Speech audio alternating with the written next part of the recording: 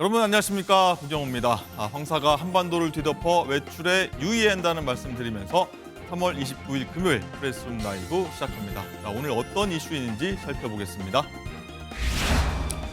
전해드린 대로 중국발 황사가 전국 대부분에 나타나면서 곳곳에 미세먼지 농도는 매우 나쁨 수준을 보이고 있고, 비가 예보된 중부지방에는 비에 황사가 섞인 흑비도 내릴 것으로 보입니다. 유의하십시오.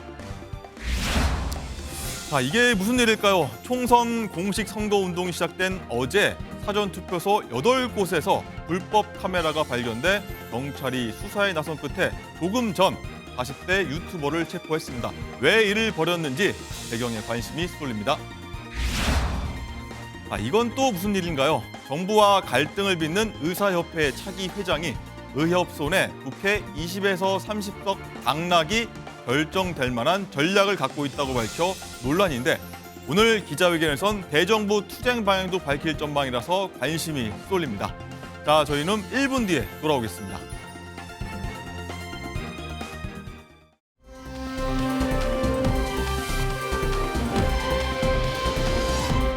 네, 저희 유튜브 채팅창에서 토론하시면요, 시청한 재미가 2배, 3배니까 많은 참여 바라겠습니다. 저희 프레스룸 라이브의 뉴스 핵심 관계자분들 나오셨습니다. 어서 오십시오.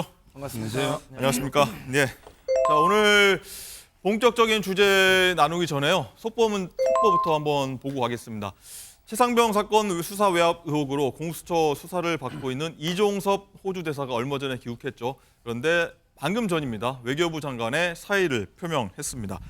정광재 대변인, 일단 네. 이종섭 대사가 그러면서 공수처가 아직도 수사기를 안 잡고 있다면서 빨리 잡아달라. 네. 그리고 방산협력 주요 공관장 회의가 끝나도 서울에 남아서 모든 절차에 끝까지 강력 대응할 것이라고 밝혔습니다. 네. 본인 명예회복도 있을 테고요. 총선에 좀 부담 덜어주겠다, 이런 의도도 있는 걸까요? 네, 종합적인 상황들을 고려했다고 봅니다. 지난번에 이제 호주에서 귀국할 때부터 이미 이제 선거가 분위기가 무르익었잖아요. 어제부터 공식 선거 네. 운동이 시작됐고, 각 지역에 있는 후보들, 특히 초박빙 지역에서 뛰고 있는 후보들은 지푸라기라도 잡고 싶은 심정 아니겠습니까? 네. 그런데 국민 눈높이의 이종섭 호주 대사 부임, 또 귀국한 이후의 행보에도 그건 국민 눈높이에 좀 맞지 않는 거 아니냐라는 따가운 지적들이 있었던 게 사실이고요. 이종섭 주 호주 대사 이제 퇴임 사퇴 의사를 밝혔습니다만, 일단 국정 운영에 부담이 돼서는 안 되겠죠. 대통령 인사권자의 부담이 되면 안 되는 측면, 또 하나는 국정 운영의 동반자인 여당이 지금 선거를 코앞에 두고 있는데 선거에 부담이 되면 안 되겠다는 판단도 했을 거라고 생각합니다. 늦었지만 사퇴 후에 공수처가 지금 아직 길 못 잡고 있는 거 아닙니까? 그러니까 빨리빨리 수사해서 이종섭 전 국방부 장관, 지금 호주 대사가 어떤 혐의가 있었고 그게 과연 범죄가 성립이 되느냐, 이 부분들에 대해서 명확하게 판단을 해줘야 될 거라고 생각합니다. 네. 예. 야권에서 주장하는 어떤 주장들, 요청들, 이런 것들도 어느 정도 받아들였다고도 볼 수 있는데, 어느 정도 여당의 총선 리스크는 해소됐다고 보십니까? 계속해서 호주 대사직을 유지하고 있는 것보다는 훨씬 낫겠죠. 이미 이번 그 호주 대사 임명 과정에서 있었던 일에 대해서 유권자분들이 좀 실망한 부분들이 있었던 걸 잘 알고 있습니다, 당에서. 그래서 한동훈 비대위원장도 대통령실과 여러 가지 의견들을 조율한 것으로 알고 있고요. 이번에 자진 사퇴 형식으로 그만둔 것 자체는 저는 환영할 만한 일이고, 이를 계기로 우리 국민의힘 후보들에게 좀 더 따뜻한 시각을 가져줄 수도 있을 거라고 생각하고 있습니다. 어느 정도는 조율해 왔다, 이런 말씀하셨고요. 김재호 대변인 어떻습니까? 일단 민주당에서 굉장히 좀 공세를 펴왔고, 일단은 사퇴를 했습니다. 사의를 표명을 한 거죠. 어떻게 좀 대응을 하시겠습니까? 이제 평가와 함께. 범죄 혐의, 그런 어떤 의혹을 받고 있는 당사자가 예.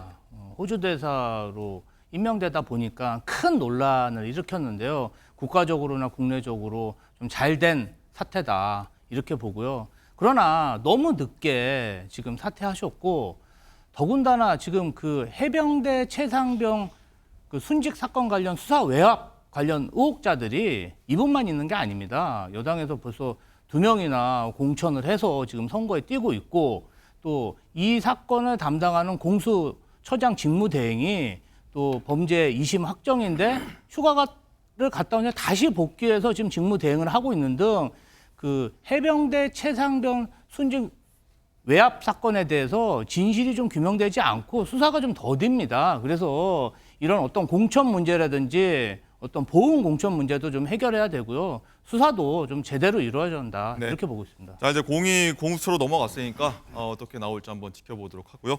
자, 그리고 어제부터 이제 공식 선거 운동이 시작되면서 여야도 이제 본격 지원 유세에 나섰습니다. 자, 여야는 심판 대 심판 전면에 내걸었습니다. 그런데 유권자는 어떻게 판단할까요? 자, 이제 오롯이 유권자의 시간이 돌아왔습니다. 자, 어제 공식 선거 운동 첫날이죠. 여야의 목소리 듣고 이야기 시작하도록 하겠습니다. 2조 심판 해야 합니다. 그것이 네거티브가 아닙니다. 왜냐하면 민생입니다. 그분들은 권력을 잡으면 민생을 챙기지 않을 것입니다. 그 권력으로 복수하고 자기들의 입속을 채우고 자기들의 방어만 할 것이기 때문입니다. 여러분, 2조 심판은 민생입니다. 여러분, 저희와 함께 해주십시오. 나라를 망치고 국민을 배반한 윤석열 정권에게 이제 주권자가 심판할 때가 됐습니다. 이번 선거는 국민이 주인임을 보여주는 심판의 장입니다. 국민이 이 나라의 주권자임을 선포하는 승리의 장이 되어야 합니다. 네, 들으셨겠지만 심판이라는 단어가 서로 두 입에서 굉장히 많이 나옵니다. 몇 번 나온지도 모를 정도인데 손동욱 변호사님, 서로를 심판하겠다. 어떻게 드셨습니까? 뭐 저는 이제 그 한동훈 위원장이 발언 중에 글자 한자를 더 엮고 싶어요. 2조 심판이 아니고 네, 문 2조 심판이다. 하나 더 붙이셨군요. 문 2조. 네, 왜냐하면 이제 문재인 대통령 5년을 저희가 심판할 기회가 없었어요.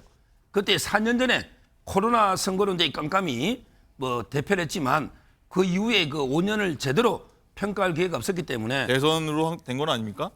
대선도 이제 일부 평가는 있었지만 예. 총선에서는 이제 그 처음이거든요. 네. 따라서 이제 그 문재인 정권 5년은 이게 과연 어떤가 성적표가 이것도 이게 평가해야 되고 네. 그다음에 문재인 대통령이 지금 잊혀진 사람이 되겠다 해놓고 지원 유세를 다닙니다. 오히려 이제 그 부산이나 양산 지원 유세 이 말하게 선거에 본격 뛰어드는 거예요. 그렇다면 저는 이제 심판이 필요하다. 그리고 문재인 대통령도 여러 조사를 받고 있죠. 관련돼 있습니다. 아직 뭐 공식 피해자는 아니지만 사회 문제, 예. 그다음에 통계 조작, 그다음에 송철호 건, 그리고 이제 그 우리 서해 공무원 피살 모든데 혹시 이게 문재인 대통령이 연루된 게 아닌가 이런 이제 그 의심을 받고 있어요. 따라서 저는 현재 피고인 이재명, 그다음에 조국 심판과 더불어서 문재인 정권까지 문조 2 심판이다 이렇게 봅니다. 네, 세 가지 심판. 예. 강성필 부위원장 대변인 어떻게 보셨습니까? 이 심판 서로 심판하겠다는 현상. 아니 저는요 지금 2024년이면 그 윤석열 정권이 2년이 지난 시점 아닙니까? 예. 근데 아직도 문재인 정권에 대해서 심판을 하겠다고 하면 도대체 앞으로 나라를 어떻게 운영하겠다는지 좀 궁금합니다. 왜냐하면 어쨌든 간에 문재인 정권이 부족했기 때문에 국민들이 심판을 해가지고 윤석열 후보를 대통령으로 만들어줬잖아요. 그러면 2년 동안 잘 했어야죠. 그래서 언제까지 문재인 정권을 심판하겠다고 하는지 참 답답하고요. 원래 여당의 전통적인 선거 프레임은 정책 추진력을 바탕으로 무엇을 해내겠다라고 이슈 파이팅을 먼저 선도해 나가는 게 맞습니다. 그리고 야당은 전통적으로 여당을 심판을 하는 거죠. 그런데 한동훈 비대위원장이 윤석열 대통령의 부정 여론을 감추기 위해서 급하게 등장을 했어요. 근데 이분께서도 3개월 동안 계속 하셨던 것이 이재명 대표 사법 리스크, 86 청산, 종북 프레임이에요. 근데 대한민국 온 국민이 지난 2년 동안 이재명 대표의 사법 리스크에 대해서는 이제 법률가가 될 수준으로 다 알고 있거든요. 그리고 지금 시대 흐름이 운동권 청산이 아니에요. 근데 운동권 청산을 하겠다고 해놓고서 또 마포 의뢰는 누가 진짜 운동권이냐라고 또 운동권 진짜를 가려보겠다고 또 운동권을 공천을 하셨어요. 네. 마지막으로 종북 프레임. 종북 프레임을 그렇게 주장을 하셨는데 국민의힘의 텃밭인 부산의 연제구에서도 그 진보당이 지금 많은 지지를 받고 있다는 점. 그래서 저는 한동훈 비대위원장께서 남은 기간이라도 조금 네거티브보다는 여당으로서 품격 있는 정책 이슈 파이팅에 조금 더 힘을 써 주셨으면 좋겠다 이런 바람입니다. 네. 심판보다는 정책에 힘쏟자 이런 말씀 해주셨고요. 자, 그리고 각 당의 로고송에 이어서 이번엔 총선 광고도 베일을 벗었습니다. 어떤 광고인지 한번 보고 오시죠. 불체포 특권 포기. 또 말로만 하겠죠. 지금 합니다. 국회의원 수를 줄인다고? 아니 못하지. 지금 합니다. 정치개혁 국민의힘이 지금 합니다. 해병대 최상병 사망 사건 수사에 윗선의 외압이 서울 양평 고속도로 종점 변경 명품 가방을 선물로 받는 김건희 여사의 계좌와 돈이 주가 조작 세력에게 여러분은 이 나라의 주인이고 이제 너희들을 각오다. 네, 광고 시간 아니었고 잠깐 광고를 보여드렸습니다. 강선필 부위원장님 어떻게 보십니까? 일단은 국민의힘은 먼저 보면 지금 합니다라는 말이 굉장히 여러 번 반복되면서 공약 실천 쪽에 좀 무게를 뒀는데 상대 당 입장에서 어떻게 보셨어요? 그러니까 저는요. 국회의원 축소라는 저 슬로건이 눈에 잘 들어오더라고요. 네. 그런데 아쉬운 점은 그 한동훈 비대위원장께서 지금까지 하셨던 정책에 관련된 것도 새로운 게 없습니다. 사실 의외성이라고 하죠. 이 새롭고 조금 처음 들어본 것을 국민들이 들었을 때 관심이 가는데 기존의 어떤 정치권에서 계속해서 논의해왔던 것을 반복하는 수준이라서 조금 아쉽고요. 또 국회의원을 줄이려고 하면 왜 몇 명을 줄이는 건지 또 줄이게 되면 나머지가 더 권력이 커지는 건 아닌지에 대한 궁금점이 남고요. 그다음에 이제 마지막으로 한 가지만 더 말씀드리면 그 국민의힘의 최근의 슬로건이나 메시지를 보면 모든 게 좀 추상적이고 모호합니다. 그렇기 때문에 하겠습니다. 이기고 싶습니다. 잘하고 싶습니다. 이런 추상적이면 유권자가 받아들였을 때 뭔가 이렇게 말을 하고 싶어 하는 듯 하지만 뭔가 마음을 꿰뚫는 듯한 어떤 명백한 개념이 없어서 조금 이런 것들을 보완하면 더 좋지 않을까 그런 생각해 봅니다. 민주당 그러면 추상적이지 않고 직설적입니까? 정권 심판? 저희는 정권 심판 정확히 심판하겠다고 네. 선명하게 네. 이 선명한 것이 또 이렇게 먹히고 있지 않겠습니까? 네, 알겠습니다. 국민의 마음을 공감해 받는. 정광대 대변인 일단은 민주당 총선 광고 보셨는데 정권 심판 메시지입니다. 국민의힘에서는 혐오와 갈등 부추기는 네거티브 광고다 이렇게 좀 논평을 냈었는데 그러니까 너무 네. 선명하다 못해서 네. 그 혐오와 갈등을 부추기는 거죠. 그러니까 지금 민주당이 갖고 있는 선거 전략이라는 것은 우리 국민에 대한 갈라치기를 통해서 민주당 지지자들만 투표장으로 적극적으로 이끌어내면 이번 선거 승리할 수 있다. 다음 대선이나 뭐 이런 국민 통합과 관련한 얘기는 하나도 없는 겁니다. 지금 강 위원장님 말씀하셨지만 여당은 정책에 집중해야 한다고 하셨잖아요. 그래서 우리 광고가 한동훈 위원장이 지금 합니다. 이거를 반복적으로 보여주는 겁니다. 우리는 21대 국회에 대한 심판이 필요하다고 봅니다. 지난 4년간 민주당이 180석 가까운 의석을 갖고 있는 사이에 윤석열 정부 탄생 2년 동안 무슨 국정에 도움을 줬습니까? 사사건건 국정 발목 잡기를 통해서 우리나라 대한민국의 발전을 저해해왔던 거 아닙니까? 그러니까 이렇게 일당이 독주할 수 있었던 21대 국회를 심판하려면 22대 국회에서는 적어도 우리 당이 최소한의 국정 동력을 확보할 수 있는 의석수를 국민들께서 주셔야 한다고 생각하고요. 저는 우리 국민이 갖고 있는 집단 지성이 그렇게 발현될 것이라고 생각하고 있습니다. 네. 자, 시청자 여러분들이 광고 이제 쭉 보실 테니 앞으로 한번 판단하시지 않을까 싶고요.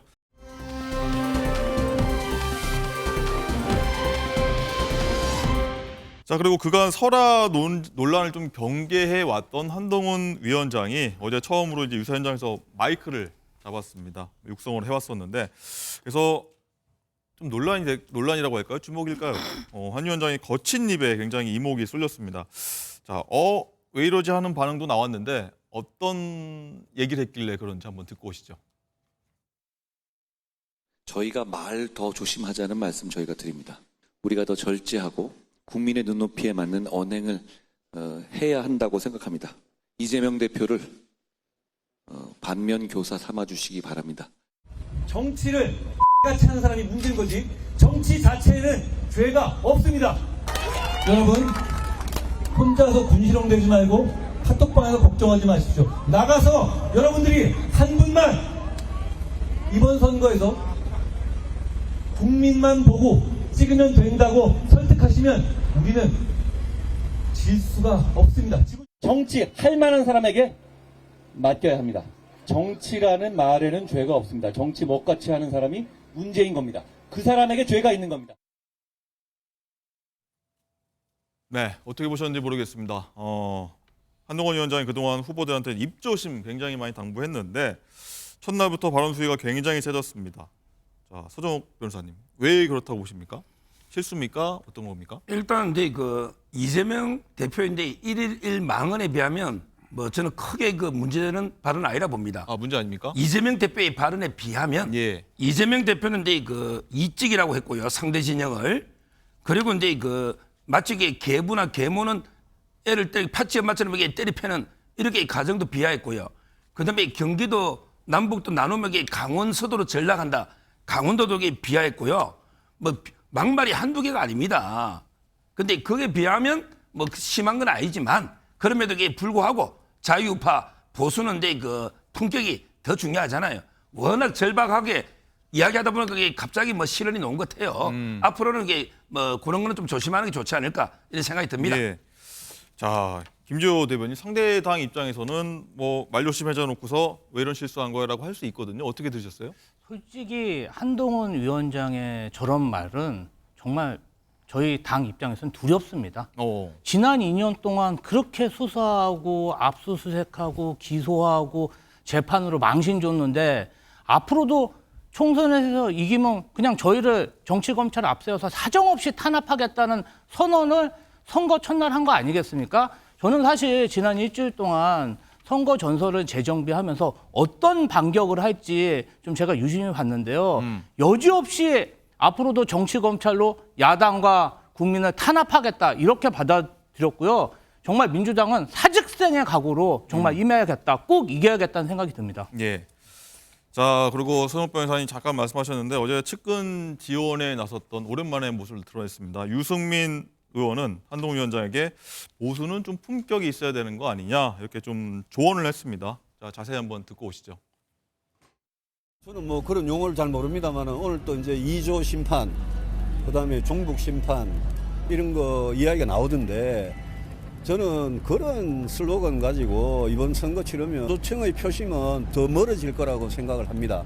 오늘 또 비대위원장이 어디 가서 좀 실언을 하신 것 같은데 예, 보수는 아무리 급해도 보수는 품격이거든요. 그 품격을 우리가 지켜야지 뭐 누가 지켜주겠습니까? 그래서 민주당이나 조국혁신당이 야당이라서 또 이 정권에 대한 증오나 이런 것 때문에 막말을 하더라도 오히려 우리가 더 품격 있게 나갔으면 좋겠다. 보수는 품격이다. 이걸 잊지 말았으면 좋겠습니다. 자, 이재명 조국 심판, 2조 심판이라고 요새 뭐 용어 정리도 됐던데 그렇게 하면은 중도층 표심 좀 멀어질까 얘기하면서 아까 얘기 나왔던 보수는 좀 품격 있게 하자 이런 얘기했는데 한동훈 위원장 뭐 어제 발언 이후에 좀 어떤 얘기 하던가요? 어제 발언 뭐처럼 한다는 말은 분명한 한동훈 비대위원장의 현장에서 나온 실언이죠. 실언이다. 그것에 대해서 뭐 지적을 한다면 뭐 실언이었다. 그리고 그 이후에 나온 발언을 보면은 자신도 실언이었다라는 걸 인정하는 겁니다. 그 처음에는 X처럼 뭐 얘기했지만 그 다음서부터는 뭐처럼 하는 게 문제다라고 얘기했잖아요. 그러니까 현장에서 워낙 절박한 마음에 국민들께 이렇게 좀 말씀을 드리다 보니까 이런 표현이 나온 것 같은데 유승민 전 의원이 얘기한 것처럼 보수는 품격 있는 언어를 써야 된다는 그 지적에도 상당히 동의합니다. 그런데 2조 심판이 중도층 표심을 이반시킬 것이다라는 부분에 대해서는 저는 동의하기 어렵다고 봅니다. 그런가요? 2조 심판은 지금 서정욱 변호사도 얘기한 것처럼 지난 5년 있었던 문재인 정권에서의 실정에 대해 이 21대 국회로 연결됐었고요. 그리고 그 대통령 선거로 문재인 정권에 대한 심판이 일단락 되지는 않았다고 봅니다. 그 나머지 잔재들이 21대 국회에 남아 있었던 거거든요. 그러니까 이재명 당대표 또 조국 범죄 지금 실형 받은 거 아닙니까? 대법원 판결을 앞두고 있습니다만 이런 분들이 우리 국민들 위에 군림하는 국회의 대표가 될 수는 없다라는 부분들을 더 강하게 제시할 경우에 중도층에 계신 분들도 그래 우리가 아무리 윤석열 정부가 좀 잘못한다고 하더라도 이재명 당대표, 조국 당대표가 이끄는 이 두 정당에 투표할 수는 없지라는 마음을 갖지 않을까 생각하고 있습니다. 예. 자, 그렇다면 한 위원장의 발언에 야당은 어떻게 반응할지 궁금하시죠? 예상 가능할 것 같기도 한데 한번 듣고 오시죠. 한동훈 위원장의 욕설에 후보들의 과도한 대응은 자제하시기 바랍니다. 중앙당에서 적절한 대응과 조치를 할 것입니다. 한동훈 위원장이 욕설을 했다고 해서 그에 똑같은 수준으로 대응할 필요는 없다는 판단 때문에 이러한 공지를 후보들에게 했다는 점을 말씀드립니다. 돼지 눈으로 보면 다 돼지로 보인다는 한동훈 비대위원장이 뻔뻔한 범죄자들이다. 정치를 한다. 같이 한다고요? 예. 제가 정치를 한다. 저는 개를 사랑하는데 그 좋은 말이죠, 그거. 칭찬이죠. 그 정도로 얘기하겠습니다. 네, 뭐 눈엔 뭐로 보인다는 거 좀 받아치기도 하고 좀 뭐 재밌게 받아 넘기기도 하고 그런 반응들 나왔는데 서동욱 변호사님 이런 반응들 뭐 유권자들 같은 경우는 첫날부터 이제 피로감이 있다 이런 반응도 나오는데 적절하다 보십니까? 이게 이제 그 한자로 하면 이제 부처님 눈, 불안, 돼지 눈, 돈목, 불안, 돈목 이 유명한 이제 고사성어입니다. 예. 근데 김민석, 조국, 신장식 이런 분들이 부처입니까 돼지입니까? 저는 이런 분들이 돼지라 봐요. 왜냐? 우리 민주당의 수원갑에 김성원 의원이 있습니다. 후보. 이분은 국회의장 보고 자기 당 의장 보고 GS 지지를 했습니다. 한동훈 위원장은 G라고 했습니다. G라고만. 근데 김성원 공천준 후보는 GS GG 이 뜻을 아시겠죠? 자기 당이 의장 보고 박병석 이런 사람도 공천한 당이 뭐 이게 G 하나 가지고 공개하는 게 문제가 있고요. 그다음에 조국 대표 알다시피 7대 스펙 다 집안이 위조한 범죄자 패밀리 아닙니까? 그리고 이제 그 신장식 이분에게 음주해가지고 1년에 무면허만 3번 한 아니 이런 분도 저는 정치하는 게 이해가 안 돼요. 법에 대한 그냥 음주 면허 취소했는데 계속 운전했다는 거 아닙니까? 3번 걸렸다는 말은 자기 반성부터 해야지 남 이게 욕할 처지가 됩니까? 네, 일단은 특정 인물 비하 발언 좀 삼가 주시기 바란다는 말씀 드리면서요. 자, 김재호 대변인 어떻게 드셨습니까? 일단은 첫날부터 피로감을 느끼는 유권자가 좀 많아졌다. 이런 지적에 대해서 어떻게 보십니까? 아, 진짜 오죽하면 유승민 의원님이 저런 보수의 품격을 지켜야 되나 이런 말씀을 하셨잖아요. 그런데 참 우리 당 민주당이나 조국 혁신당에서 잘 넘어가신 것 같아요. 맞불을 놓지 않고 품격 있게 대하셨고요. 저는 정말 한동훈 위원장의 실력을 보고 싶었습니다. 첫날 어떻게 반격을 할지. 그런데 저런 망언을 하고 시작을 하다 보니까 역시 이분이 출마도 못 해본 정치 초보이고 여당 그냥 시험 잘 봐서 검사되고 상관 잘 만나서 법무부 장관 여당 대표 되다 보니까 정말 기고만장한 모습을 선거 첫날부터 보여주고 있다. 저는 이렇게 평가하고 있습니다. 네. 자, 야당 얘기도 한번 해볼 텐데 수도권의 선거의 귀신이라 불리는 민주당 이해찬 상임 선대위원장은 정권 심판론 내세우면서 이렇게 얘기하기도 했습니다. 듣고 오시죠. 아예 평가가 아니고 심판을 하는 선거로 지금 가고 있는 것 같아요. 못하는 정도가 아니고 무모하고 그다음에 무식하고 무자비하고 노태우 대통령이 훨씬 양반이었어요. 아마 이번 총선에서 그 저쪽이 이제 일당이 되거나 과반수가 되면은 그때부터는 이제 무슨 짓을 할지 모르잖아요. 승기는 잡은 게 아닌가 싶은데요. 네. 정광재 대변인, 일단은 이해찬 위원장이 승기를 잡았다는 표현이 있는데 일단 좀 최근 흐름 보면은 일단 그렇게 말할 수도 있다는 생각도 들긴 하는데 자신감이 좀 느껴집니다. 어떻게 보셨어요? 최근에 나오는 여론조사들 보면은 이해찬 선대위원장이 선거를 오랫동안 치른 분이고 정치만 40년 한 분 아닙니까? 현실 정치를 가까이서 지켜봤던 분이고 하니까 18번째 총선이라고 하죠. 이런저런 자료들을 보고 민주당 내부의 보고서들도 접근할 수 있는 위치에 있을 테니까 당연히 그런 얘기할 수 있다고 생각합니다. 근데 지금 아직 13일 이제 12일 남았나요? 12일이죠. 총선은 12일 남았고요. 그동안의 이 여론은 어떻게 변할지 모르는 겁니다. 정권 심판론이라는 바람이 지금 불고 있지만 21대 국회 심판론이라는 바람이 불지 않으리라는 법은 또 없습니다. 그리고 이해찬 선대위원장이 지난 40년간 하면서 한국 정치를 선진화하는데 얼마나 많은 기여를 했다고 생각하시는지 한번 반문하지 않을 수 없습니다. 그리고 이해찬 선대위원장이 얘기하는 승기를 잡았다라는 표현에 대해서 일정 부분 동감은 하지만 그러나 언제든 우리 국민 여론은 변할 수 있다. 또 국민의 집단 지성이 어느 정도의 우리 정당과 그 윤석열 정부에 힘을 실어줄 것이라는 생각을 네. 갖고 있습니다. 그렇군요. 자, 이재명 대표가 조금 전에 재판 출석을 하면서 선거 관련해서 또 심판론이죠. 그와 관련 얘기를 하고 들어갔다고 하는데 뭐 어떤 얘기했는지 듣고 오겠습니다. 법원의 결정을 존중해서 13일의 선거 기간 중에 정말 귀한 시간이지만 법원에 출정했습니다. 이거 자체가 아마 검찰 독재 국가의 정치 검찰이 노린 결과 아니겠는가 생각합니다. 제가 재판을 받는 이 아까운 시간만큼 아니 그 이상으로 우리 당원 여러분 그리고 지지자 여러분, 국민 여러분께서 4월 10일 정권의 이 폭주를 퇴행을 심판해 주실 것으로 믿습니다. 네, 지금까지 쭉 해왔던 얘기 조금 전에 재판 출석하면서 한번 얘기를 했고요. 자, 다시 돌아가면은 강성필 대변인, 일단은 이해찬 위원장이 아까 했던 말을 좀 다시 복귀해 보면은 단독 과반 넘기느냐 아니면 뭐 지난 총선처럼 뭐 180 ton 먹느냐가 관건이라고 예전에 얘기하기도 했고요. 이제 이재명 대표는 151석도 절박하다 이런 얘기를 하거든요. 뭐 당 내에서는 어떻게 좀 판단하십니까? 네, 이재명 대표께서 말씀하신 것처럼 151석도 저희는 지금 간절한 상황입니다. 저는 오히려 최근에 언론 보도를 보면 국민의힘에서 오히려 민주당의 200석을 자신하는 듯한 어떤 발언들을 계속 부추기고 있어요. 그래서 저희가 오만해 보인 듯한 그런 모습을 보이려고 하는 정치적 의도가 아닌가 이런 생각이 들고요.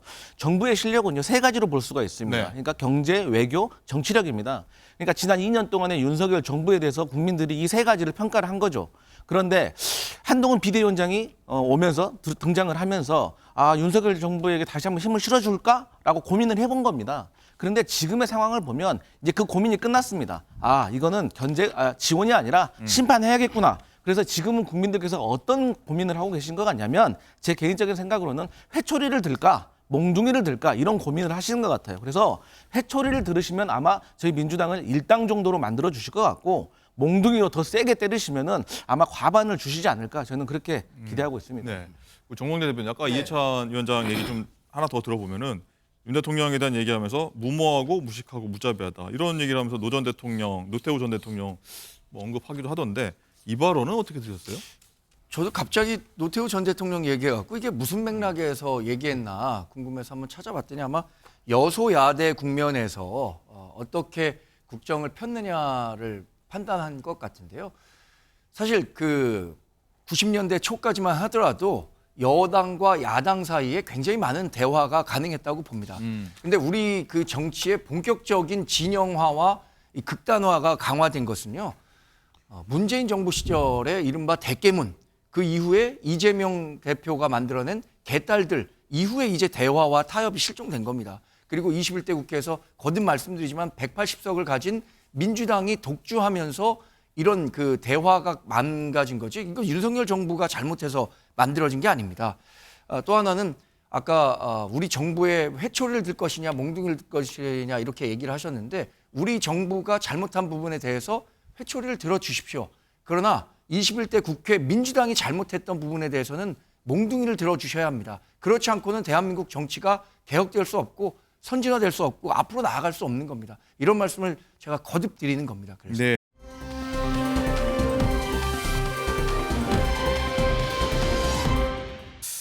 자, 어제 선거운동 첫날이었다고 계속 말씀드리면서 얘기하고 있는데 자, 이런 아찔한 사건도 하나 있었습니다. 올 초에 있었던 이재명 대표 피습 사건이 떠오르는 아찔한 사건인데 자, 장가 기자, 일단은 이 대표가 방문한 인천시당 총선 출정 현장에서 20대 남성이 흉기를 들고 있다가 갖고 있다가 검거되는 일이 있었어요. 어떤 일인가요? 그렇습니다. 어제 오후 5시쯤에 인천시 부평역 광장에서 있었던 일인데요.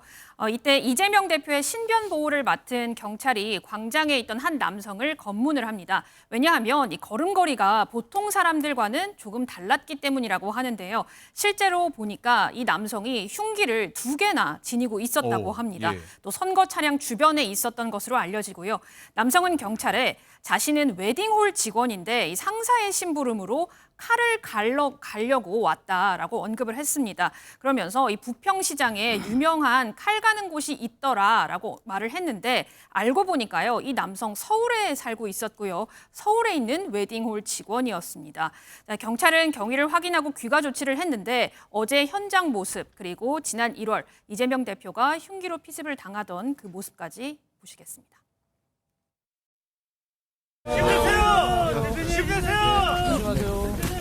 가이라는 말.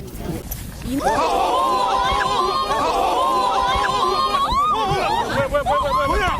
저 사람 저거 뭐야 저거? 저거 뭐야 저거? 근데 칼을 왜 지금 사람들 많이 갖고 오신 거예요? 그러면? 알바 끝나고 형 칼 가는 거 심부름하려고 해서. 네. 일어나서 안 될 일 이러면 안 되고 또 벌어질 뻔한 좀 아찔한 상황이었는데 김주호 대변인 일단은 이재명 대표 피습 사건 때 이제 지근거리에서 이재명 대표 좀 보좌를 해서 이런 일 벌어져서 굉장히 좀 놀랐을 것 같아요. 아니, 당시에 저도 놀랐고 이재명 대표님도 엄청 놀랐습니다. 저도 지금 사실은 사람이 많은 유세장에 가면은 네. 당시 생각이 나서 좀 빨리 빠져나오는 편이거든요.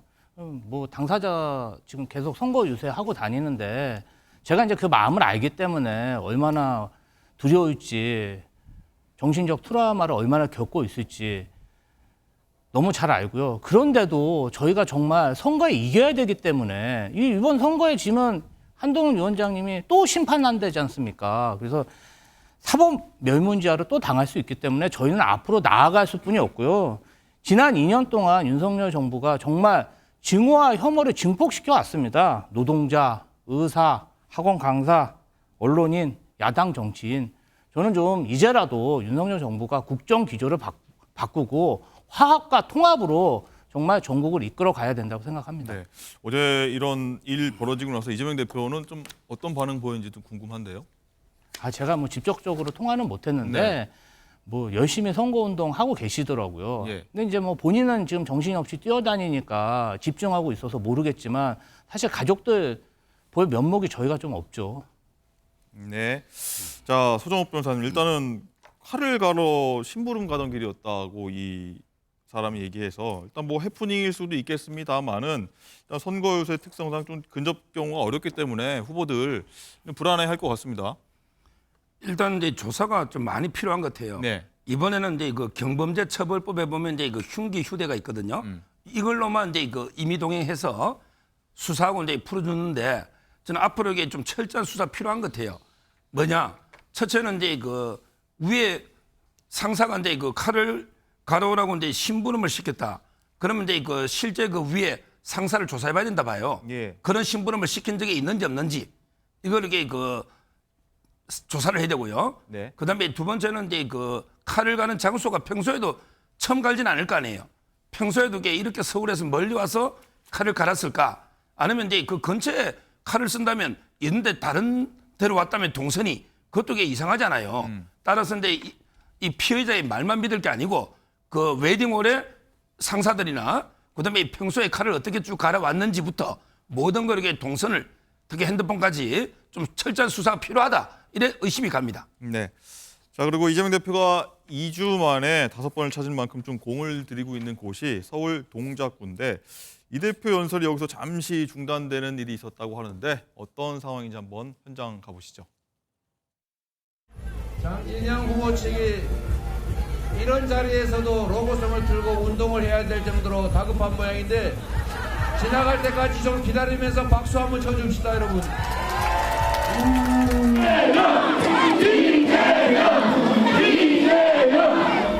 도리를 모르는 것을 보고 무도하다고 합니다.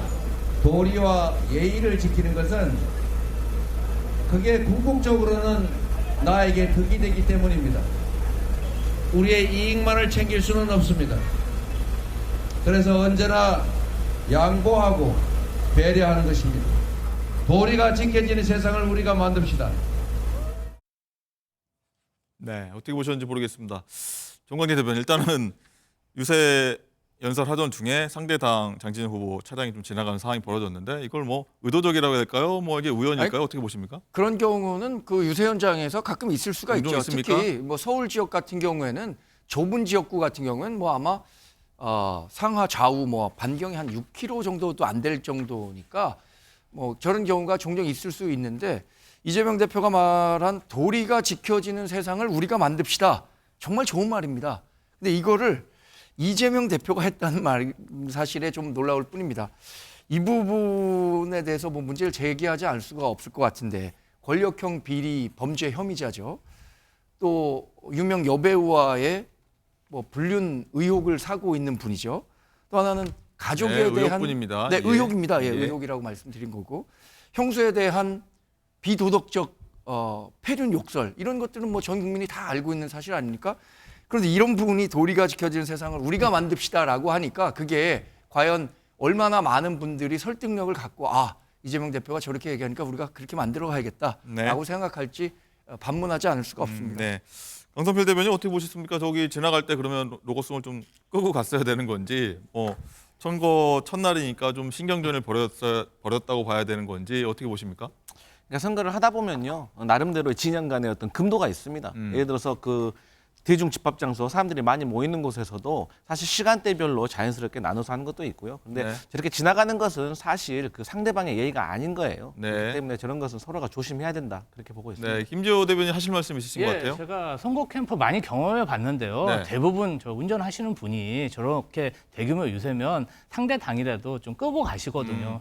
저거는 특정하게 주문을 했을 경우에 가능하지 않을까 의혹이 들고요. 의도하신 걸로 보고 계시네요. 예, 좀 상대 후보가 좀 많이 다급한 상황이 아닌가 그렇게 보입니다. 예.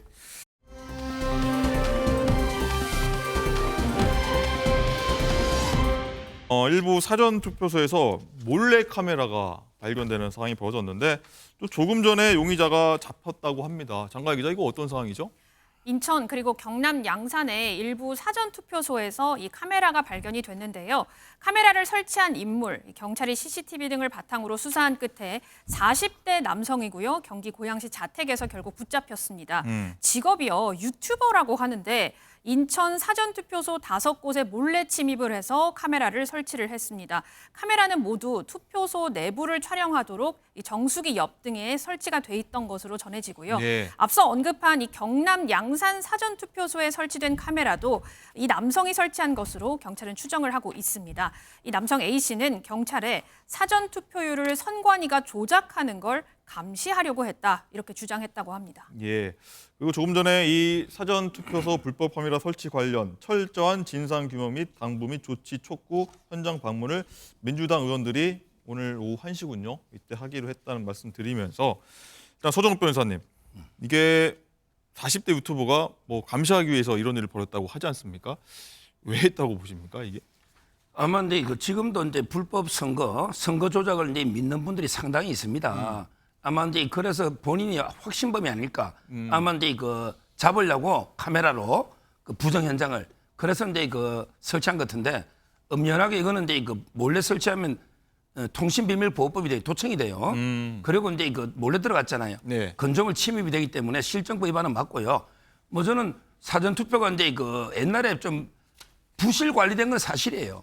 실제 뭐 제대로 봉하지도 않고 라면 박스나 이런 게 좀 있었잖아요. 이제 그런 거는 많이 개선은 됐겠지만 좀 선관위에서도 국민의 일부지만 의혹을 제기하는 분이 많이 있으니까 좀 이게 불식할 수 있도록 네. 철저한 선거 관리가 필요하다 네. 이런 생각이 들고 그리고 이제 아마 국민의힘이나 어느 당이나 사전 투표를 지금 독려하고 있는 걸로 알고 있습니다. 예.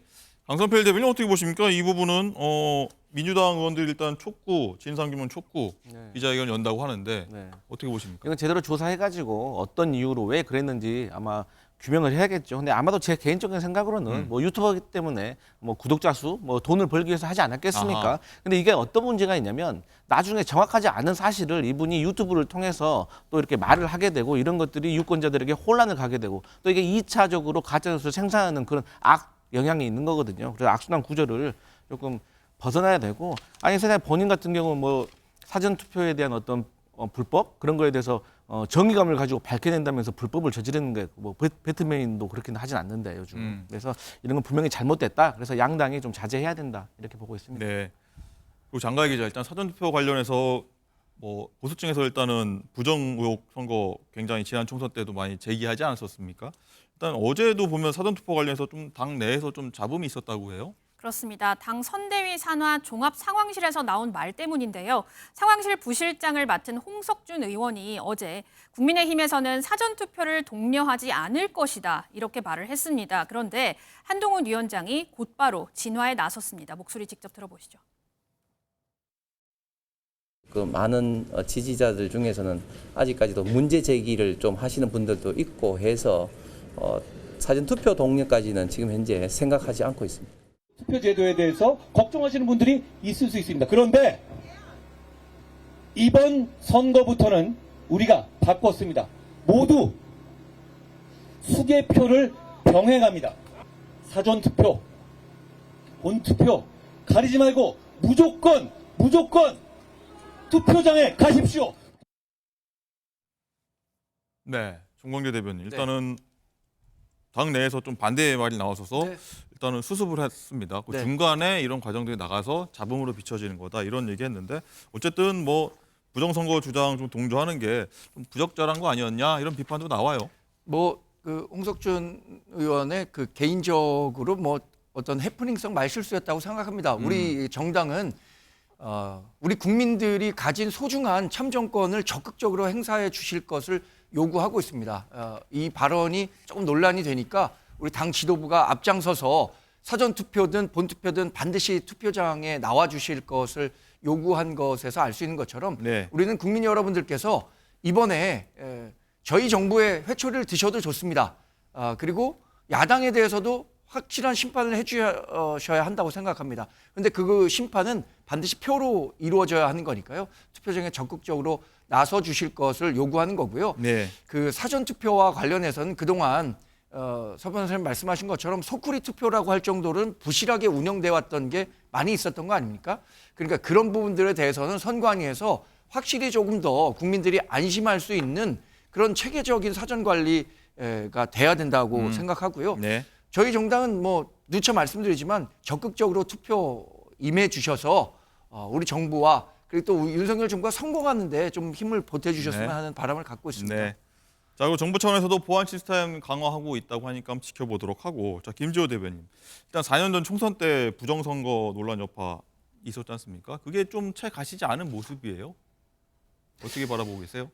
이거는 정말 윤석열 정부와 국민의힘의 그 말따 행따를 극렬히 보여주는 행태인데요. 일부 보수층들이 투표율이 올라가면 선거에 불리하다는 그런 정서를 가지고 있어요. 아주 일부가. 그게 확대 재생산되는 건데. 네, 그게 그 제한선이 한 55% 정도라고 좀 얘기 나오더라고요. 예, 그런데 이걸 가지고 사실 한동훈 위원장은 사전투표 해라 이렇게 얘기하고 이분이 전국적으로 유세를 다니기 때문에 사실 매우 바쁘고 선거 상황을 종합적으로 살펴볼 실무적인 그런 시간은 없을 겁니다. 그러면 선대위 종합상황실이 전체적인 판세를 분석하고 선대위를 지휘하는 곳이거든요.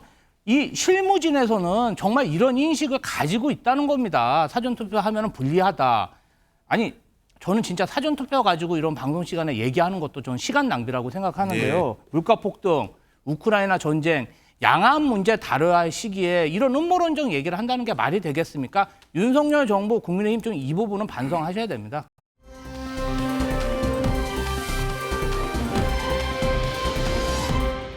그리고 앞으로 이제 12일 열전, 총선까지 12일 열전에 들어가는데, 자, 후보들도 저 뽑아주세요 하면서 굉장하게 눈길을 끌기 위해 사투를 벌이고 있는데 이 모습 한번 보도록 하겠습니다. 장갈 기자, 일단은 이색 선거전도 좀 명명된 이색 선거전도 얘기가 있는데 어제 보니까 정운천 후보 같은 경우에 굉장히 좀 재밌는 모습이라고 할까요? 연출됐어요. 맞습니다. 선거 유세도 사실 시민들의 눈길을 좀 끌어야 되잖아요. 예. 제가 봐도 개인적으로 가장 눈에 띄는 후보가 지금까지 전주 의뢰 정운천 후보입니다. 정 후보는 어제 윤석열 정부에 대한 심판의 마음을 알고 있다. 시민의 아픔과 분노를 내가 다 껴안겠다라면서 이 삭발을 먼저 단행을 했습니다.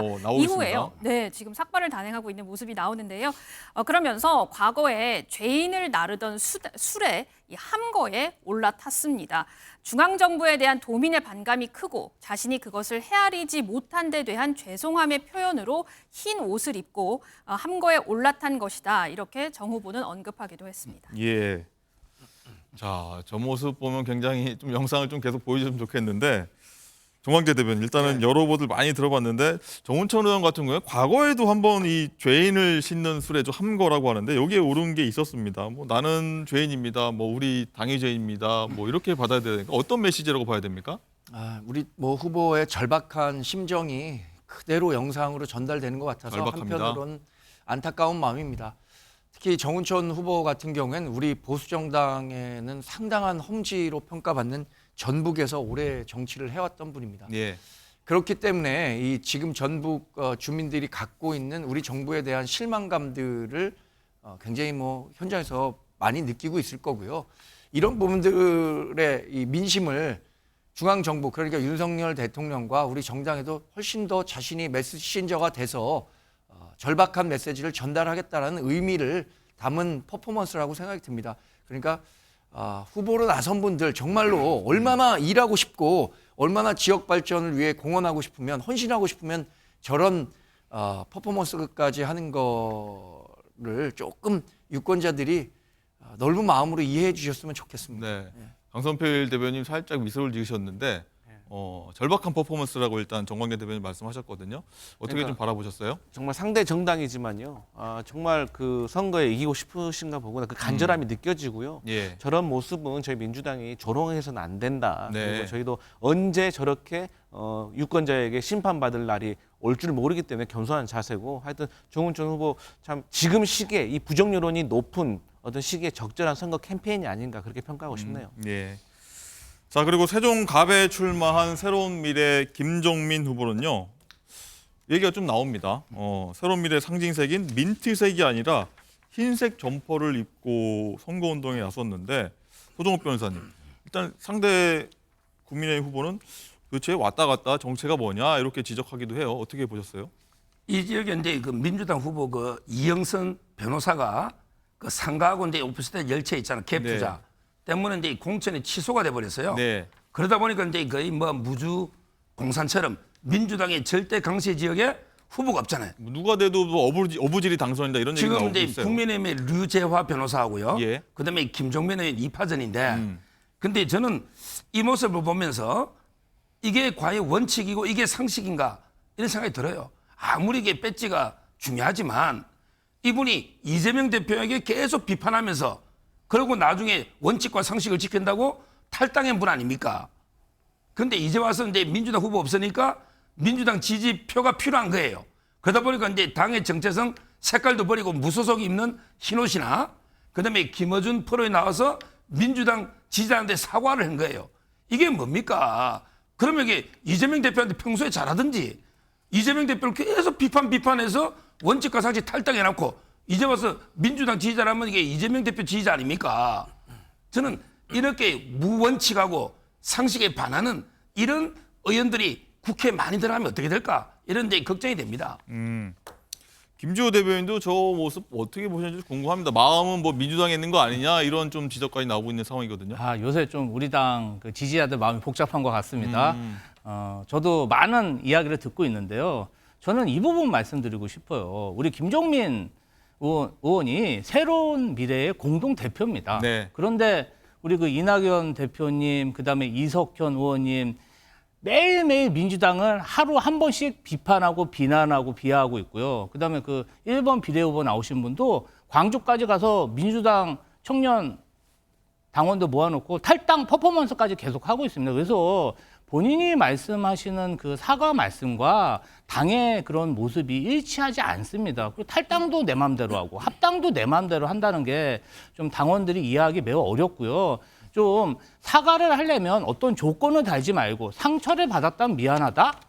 아니 이거는 정말 자기는 잘못이 없는데 상처받은 사람이 잘못이지 않습니까? 그래서 조건 없이 정말 자기가 어떤 잘못을 했는지 진솔하게 말씀하시고 정말 그 새로운 민주당의 그런 새로운 미래의 그 민주당에 대한 태도 어떻게 할 건지 이거부터 좀 정립을 하시고 좀 민주 유권자들한테 어필을 하시는 게 좋겠다. 그런 좀 조언을 드립니다. 예. 자, 이외에도 좀 유권자들 표심 잡기 위해서 뭐 유명 K-팝을 좀 개사해서 부르고 뭐 바디 프로필이라고 하죠. 사진도 찍고 해서 홍보가 굉장히 이색 홍보가 많은 것 같은데 많이 나오고 있는데 정광재 대변인 이런 현상들 좀 어떻게 보십니까? 유권자들한테 좀 관심은 보이지만 네. 뭐 일각에서는 내실이 없다 이런 지적도 하는데. 정치에 무관심한 분들이 꽤 많은 것 같아요. 그러니까 뭐 여론조사 하더라도 뭐 각 정당 지지율을 다 합쳐도 뭐 한 70%, 75% 정도 나오고 나머지 25%는 뭐 관심이 없거나 무당층이잖아요. 이런 분들에게 정치에 대한 관심을 조금 더 환기시킨다는 측면에서 이렇게 여러 후보들이 열심히 하시는 모습은 저는 뭐 상당히 보기 좋게 생각합니다. 만약에 제가 후보였다고 하더라도 한 분이라도 저에게 더 많은 관심 또 저에게 표를 찍어줄 수 있도록 다양한 퍼포먼스 했을 것 같다는 생각이 드는데 뭐 김병욱 의원 같은 경우에는 바쁜 시간을 짬내서 바디 프로필까지 네. 찍는 용기를 보이기도 했는데 저는 상당히 긍정적으로 생각합니다. 그게 표로 연결되든 안 되든 이런 절박한 마음을 유권자 여러분 한 사람에게라도 전달할 수 있다면 그걸로 정치는 성공한 거 아닙니까? 네. 강선필 대변인 어떻게 보셨습니까? 튀어야 산다 얘기도 있고 아까 보면 절박함도 있고 뭐 어필이 많이 될 것 같습니까? 네, 우리 정광재 대변인께서 설명을 너무 잘해 주셔가지고 네. 제가 뭐 한마디만 더 붙인다면 이게 정치학교로 봤을 때는 이게 선거에는 1등 전략과 2등 전략, 3등 전략까지 있습니다. 네, 어떤 건가요? 보통의 1등과 2등 전략은 안정성, 돌발 변수를 없애는 거고요. 3, 4등 전략은 돌발 변수를 만들어서 판세를 뒤집는 거예요. 그래서 이렇게 뒤집으려고 하는 이 후보들의 어떤 간절함이 3번 전략이다. 네, 후보자 각 상황이 다 다르니까요. 그래서 네. 후보자들이 이런 마음이 유권자들에게 잘 전해져서 좋은 성적이 있었으면 좋겠습니다. 예, 알겠습니다. 자, 그리고 두 정당의 위성 정당입니다. 또 국민의 미래 그리고 더불어민주연합 뭐 총선 광고까지 나왔는데 장가 기자 이제 광고들 좀 많이 나올 수 있을 걸로 보이는데 바로 서정욱 변호사한테 여쭤보겠습니다. 일단 선거법이 굉장히 좀 미묘하고 좀 복잡한 게 많은데 이런 선거법을 좀 교묘하게 좀 피해가기 위한 꼼수 선거 운동도 좀 나오고 있거든요. 좀 이런 상황들은 좀 어떻게 보십니까? 지금 이제 저는 꼼수 선거 운동보다 오히려 이제 선거법이 문제가 더 많다 봐요. 오히려 이제 미국처럼 뭐 완전 돈까지 그냥 모금 풀어버리는 나라도 있고, 근데 그 정도는 안 하더라도 최소한 이게 입은 풀어야 되잖아요. 근데 중요한 게 재밌는 게 입은 푸는데 마이크를 안 풀어요. 그럼 이게 목이 터집니다. 입은 푸는데 마이크를 못 쓰는 거예요. 대표적으로 이제 비례만 낸 조국 혁신당, 조국 대표에게 마이크 들고 지원 힘들 겁니다. 지역구 후보가 없잖아요. 또 이제 거꾸로 광고 같은 거는 방송 광고 있잖아요. 우리 이제 비례를 내야 틀거든요. 비례를 안 내면 이게 못 튼단 말이에요. 더 재밌는 게 푸바오라고 있잖아요. 푸바오. 네. 그 머리에 탈을 쓴 거는 뭐 되는데 몸에 네. 옷을 입으면 안 된다는 거예요. 이런 식으로 이게 도저히 뭐 상식이 안 맞는 이런 데 선거법 규정이 너무 많고 네. 아마 이제 위성 정당이 나오기 전에 법을 만들다 보니까 이런 모순되는 것도 많은 것 같아요. 네. 그래서 앞으로 이게 선거법도 저는 좀 가능하면 돈은 금지하더라도 다른 거는 이게 풀어버리는 아이디어 또는 이게 말로 하는 거 아닙니까? 네. 그럼 마이크를 이게 풀면 또 어떻습니까? 지금 마이크 가지고 서로 고소하고 고발하고 난리잖아요. 맞습니다. 저는 이런 식으로 이게 어떤 경직된 선거법이 문제다. 네. 선거를 축제로 만들어 보자는 겁니다. 네. 자, 국민의 미래하고 더불어민주연합 광고 한번 보고 오시죠. 4월 10일은 여의도 정치를 끝내는 날.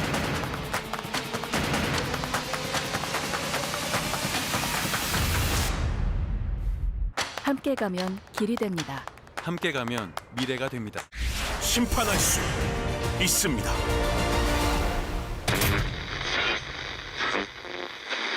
국민 여러분, 윤석열 정권을 심판해 주십시오.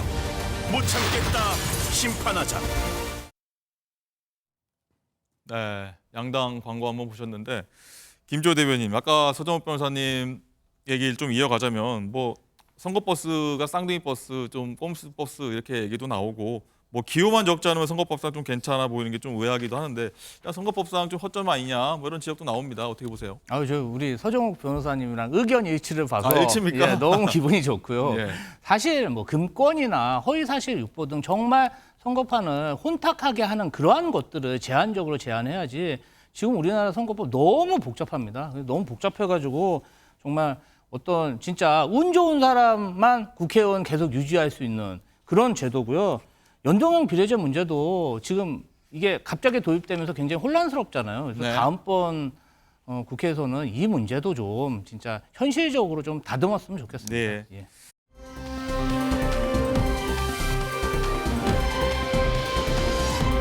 여야 후보들 부실 검증 의혹인데 장가 기자 한번 짧게 한번 문제가 되는 후보들, 얘기가 나온 후보도 한번 정리해 볼까요? 화성을에 출마하는 현대자동차 부사장 출신 공영훈 후보가요, 지금 입길에 좀 오르내리고 있습니다.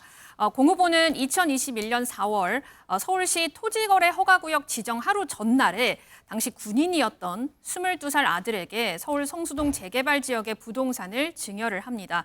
또 공 후보가 현대차 부사장으로 재직하던 시절에 또 내부 정보를 이용해서 이 부동산 투자를 했다, 이런 의혹도 불거지고 있는데요. 당시 11억이던 부동산이 지금은 30억으로 뛴 상태입니다.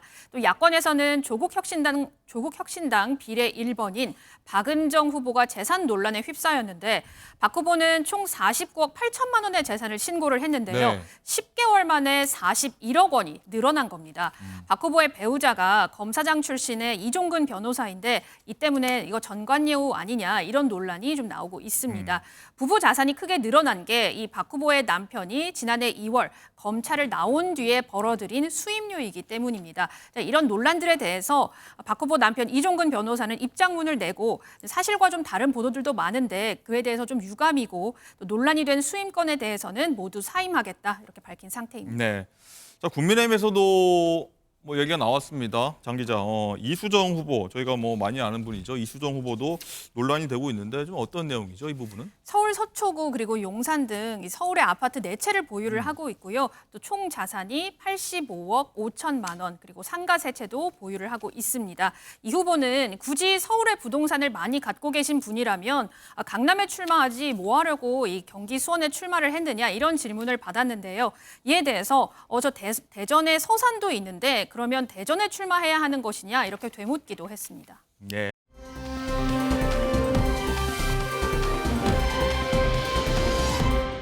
라이브 픽입니다. 이번 주말부터 벚꽃 축제가 시작하는 곳이 있어 기대한 분들 많으셨을 텐데요.